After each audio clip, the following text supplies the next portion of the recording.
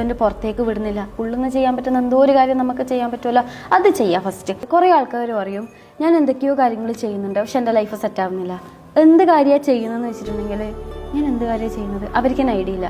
നമുക്ക് തോന്നും നമ്മളെ ലൈഫ് സെറ്റ് ആവാൻ വേണ്ടിയിട്ട് നമ്മൾ എന്തൊക്കെയോ ട്രൈ ചെയ്യുന്നുണ്ട് എന്നുള്ളത്.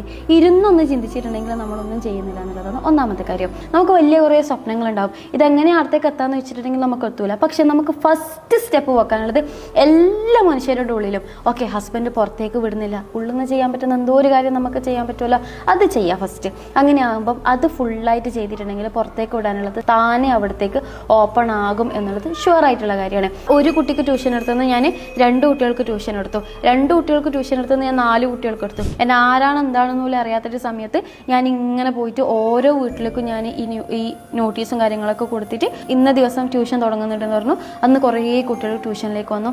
അപ്പോഴാണ് ഞാൻ അറിഞ്ഞത് ഞാൻ വിളിച്ചിട്ടുണ്ടെങ്കിൽ എന്നെ അറിയാത്ത കുറേ ആൾക്കാർ ഇത്രയും കുട്ടികൾ വരുന്നില്ലത്. അവിടുന്ന് പിന്നെ വീണ്ടും കോവിഡ് നല്ല രീതിയിലേക്ക് കൂടുക കാര്യങ്ങളൊക്കെ ചെയ്തപ്പം വീണ്ടും ആ ട്യൂഷൻ എന്ത് ചെയ്തു, സ്റ്റോപ്പ് ചെയ്തു.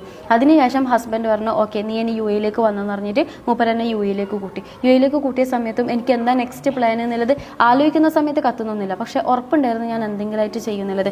ആ ടൈമിൽ ഞാൻ പ്രഗ്നൻ്റ് ആയ സമയത്ത് എനിക്ക് കുറേ ആഗ്രഹങ്ങളുണ്ടായിരുന്നു. എനിക്ക് JNU പോയിട്ട് പഠിക്കണം, എനിക്കല്ലെങ്കിൽ ഈ ഡൽഹി മാതിരിയുള്ള യൂണിവേഴ്സിറ്റിയിൽ പോയിട്ട് പഠിക്കണം എന്നുള്ളതായിരുന്നു എൻ്റെ ആ സമയത്ത് ഉണ്ടായിരുന്ന ആഗ്രഹം. അപ്പോൾ കല്യാണം കഴിഞ്ഞ് കുട്ടിയായി, പ്രഗ്നൻ്റ് ആയി, വൊമിറ്റിംഗ് ആണ്. അപ്പം ഞാൻ ഇനി എന്താ ചെയ്യാന്നുള്ള തരത്തിൽ അപ്പോഴും ഞാൻ സ്റ്റക്കായി. പക്ഷെ അപ്പോഴും ഞാൻ സ്റ്റോപ്പ് ചെയ്യാൻ റെഡി ആയിട്ടില്ല. എന്തെങ്കിലും ഉണ്ടാവുമെന്ന് ചിന്തിച്ചിട്ട് ആ മൊമെൻറ്റിൽ ഞാൻ ഇങ്ങനെ ചിന്തിച്ചിട്ടാണ് ഞാൻ ഈ ട്രെയിനിങ്ങും കാര്യങ്ങളൊക്കെ പഠിക്കുന്നതും ട്രെയിനിങ്ങിലേക്ക് ഇറങ്ങുന്നതും. അങ്ങനെ എൻ്റെ ലൈഫിൽ എനിക്ക് ചെയ്യാൻ പറ്റുന്ന ഓരോ കുഞ്ഞു കാര്യങ്ങളും ഞാൻ ചെയ്തു.